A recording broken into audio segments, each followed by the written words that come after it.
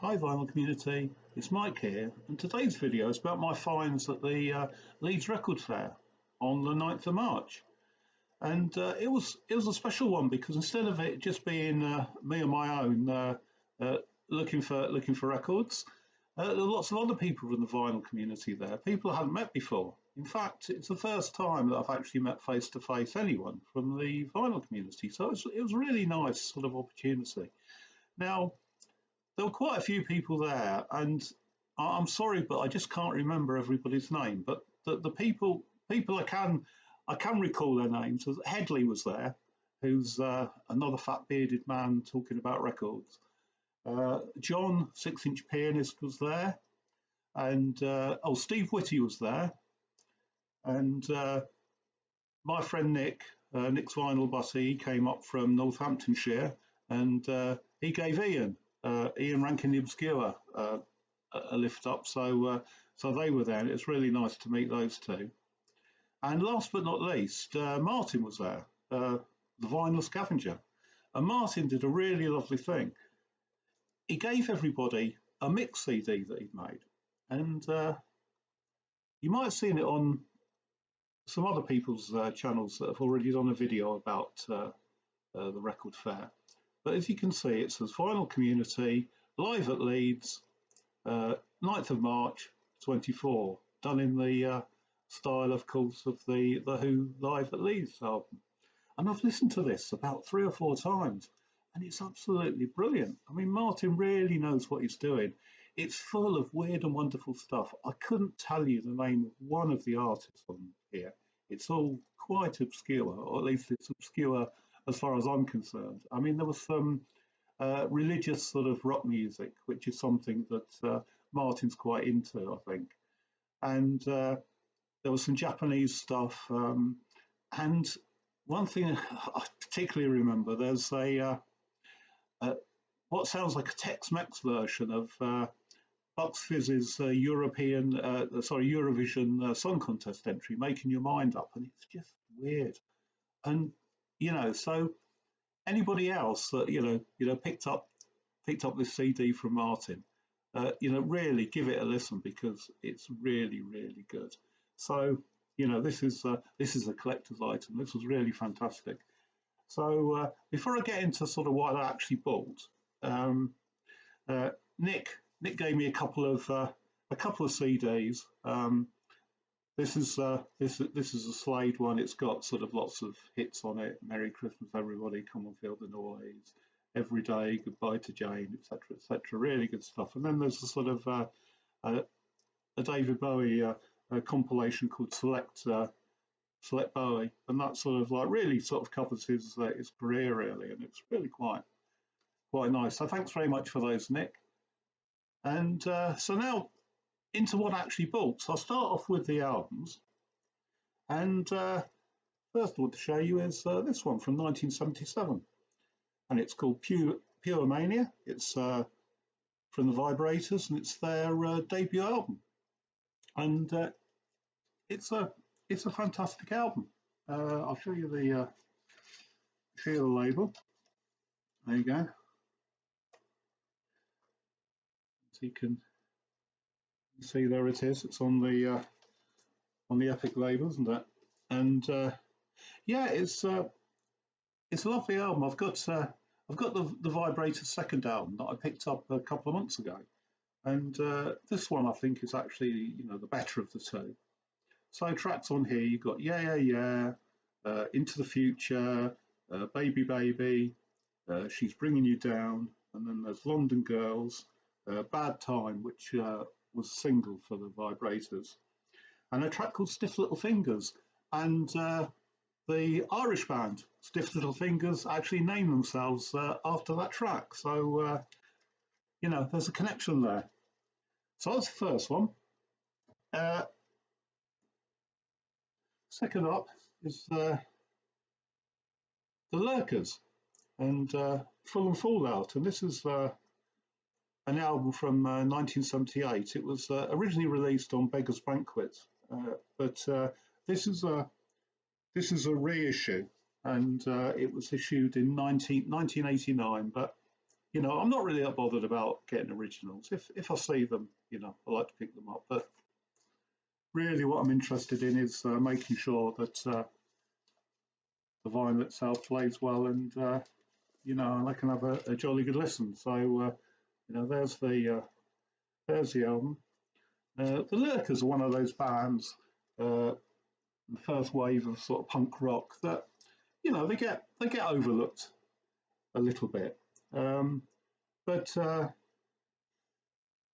what the tracks on here? I don't want to tell her. I think that's a really good track. And then there's that Shadows on here, which is a single, which I think you may have heard, even if you're not sort of a keen fan of the Lurkers. So again, this was a really, really sort of good album to pick up. So I was pleased to get that. Then next up, this is an album from the Verucas, and it's from the year 2000, but this is a 2016 German reissue. And as you can see, it's called How Do You Sleep? And this is a band that they've been about since the early 80s. I mean, I think they were part of what you might call the second generation of British punk, and they tended to be a little harder, a little sort of heavier than the original punks, and sort of some of the sort of guitar work, the sort of heavy guitars with the reverb, is reminiscent a bit of the new wave of British heavy metal. So, as I say, they've been around for years. When they were originally sort of formed, that the name was spelled not with a K but with a C, and they changed it somewhere along the line because they decided that a K sort of looked a bit more aggressive than a C. So there's some good stuff on here. The what have we got? Oh yeah, I mean, how do you sleep is a great track. Absolution, Piss Off I've Paid, Under Attack, No Restrictions, Good as It Gets. But it's good, sort of like hardcore punk. It's I think it's what's known as D beat. It's after the band Discharge, who were meant to be the sort of the progenitors of this kind of music. But it's hardcore punk, sort of hard and heavy, and it's really great, really great record. So something that's not punk, but it kind of sounds like it should be, the Redskins, and this is called Neither Washington nor Moscow, but International Socialism. And as you can probably gather from the title, the Redskins were a sort of politically active left-wing band. Their music is sort of funky soul music, really nice. And I mean, if the politics puts you off a little bit, don't be, because you can really ignore that, and it's just just get into the music. But there's tracks like The Power Is Yours, Kick Over the Statues, Go Get Organised, which includes another track called To Strike Betrayed, Let's Make It Work, It Can Be Done, Keep On Keeping On, etc., etc. As I say, it's quite a political album, and these guys come out of York, and they're originally in a punk band, and I think the punk band was called something like No Swastikas, so sort of anti-Nazi band. But this is from 1986, by the way. It's their debut, and a guy called Chris Dean, who's the vocalist and guitarist with the band. He also wrote for New Musical Express at the time, and it's a lovely album. It cost me next to nothing, and so I was really pleased to see that. So I picked it up. That's the Redskins, bit of soul funk, and then something that Nick's Vinyl Butty would approve of, I think. Well, I know he does. It's Weapon by The Beat, and it's from 1981. It's their second album, and when I bought it, Nick said, "Well, make sure that the postcard is in it because the postcard's important." And there it is. There's a little postcard, and it's just a postcard. It's not a download card, of course. It was before those days. As I say, it's on the Go Feet label, and I'd forgotten just how great this album was. You know, it was quite a sort of revelation to me. I mean, I've always liked the Beat. I've liked this sort of stuff. I mean, Rankin Roger, who sadly died a year or so ago, was real mainstay with the band, and then you've got Dave Wakelin there as well. But tracks on here, not a lot of singles really. You've got Doors to Your Heart, Monkey Murders, and Cheated, Get a Job, which I think was a single. It probably wasn't, and if it wasn't, Nick will be right on that.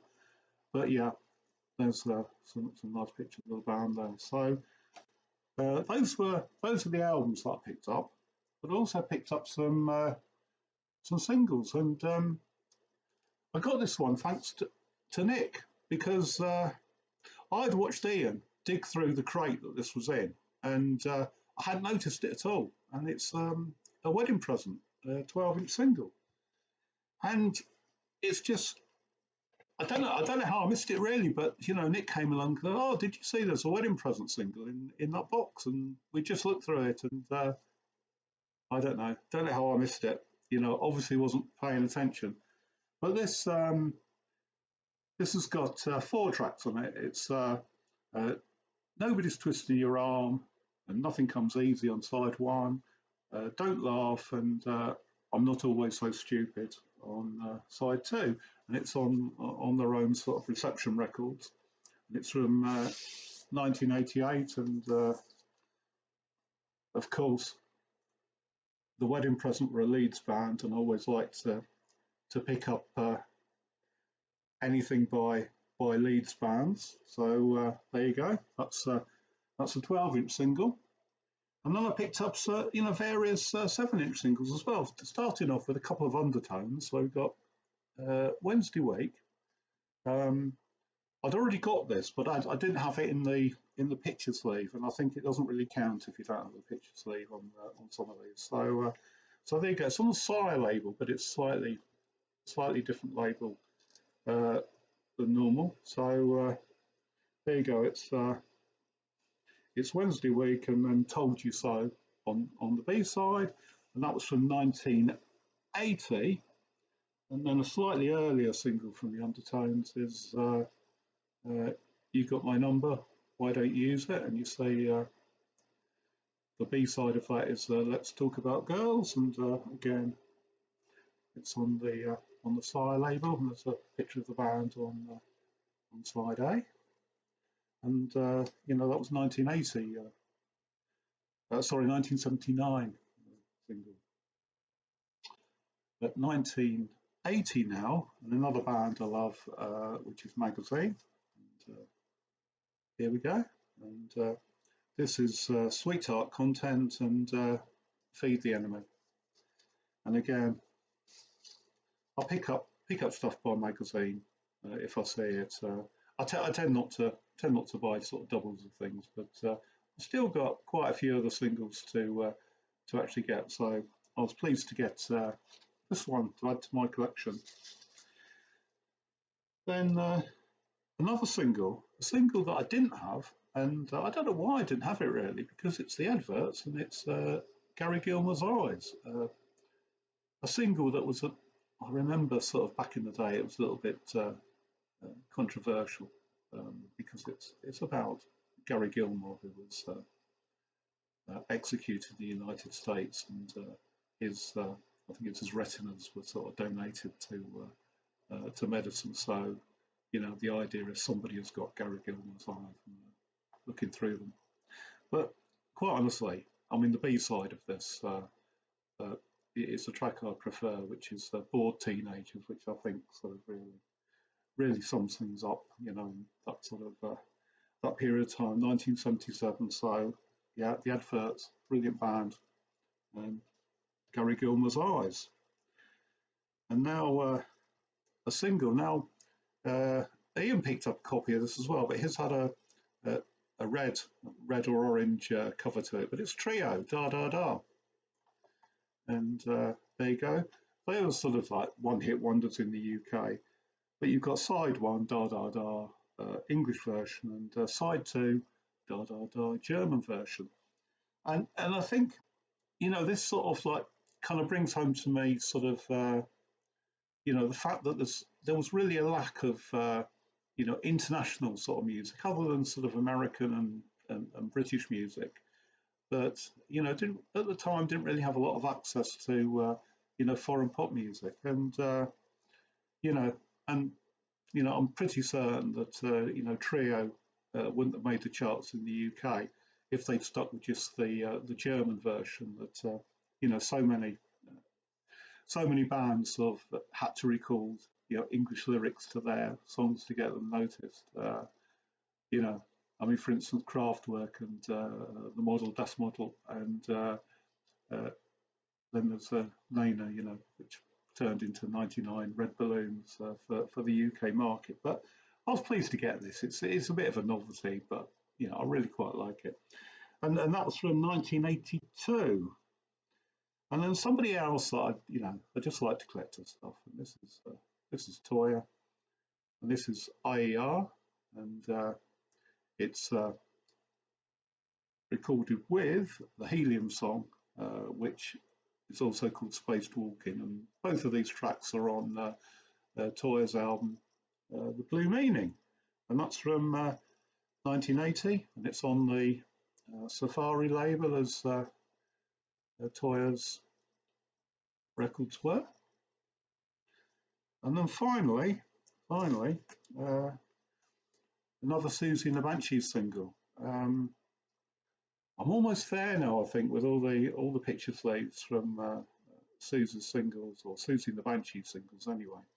I've still got one or two sort of creatures to pick up and some of Susie's own stuff. And this is Dazzle. And it was 1984. And the B-side of that is I Promise.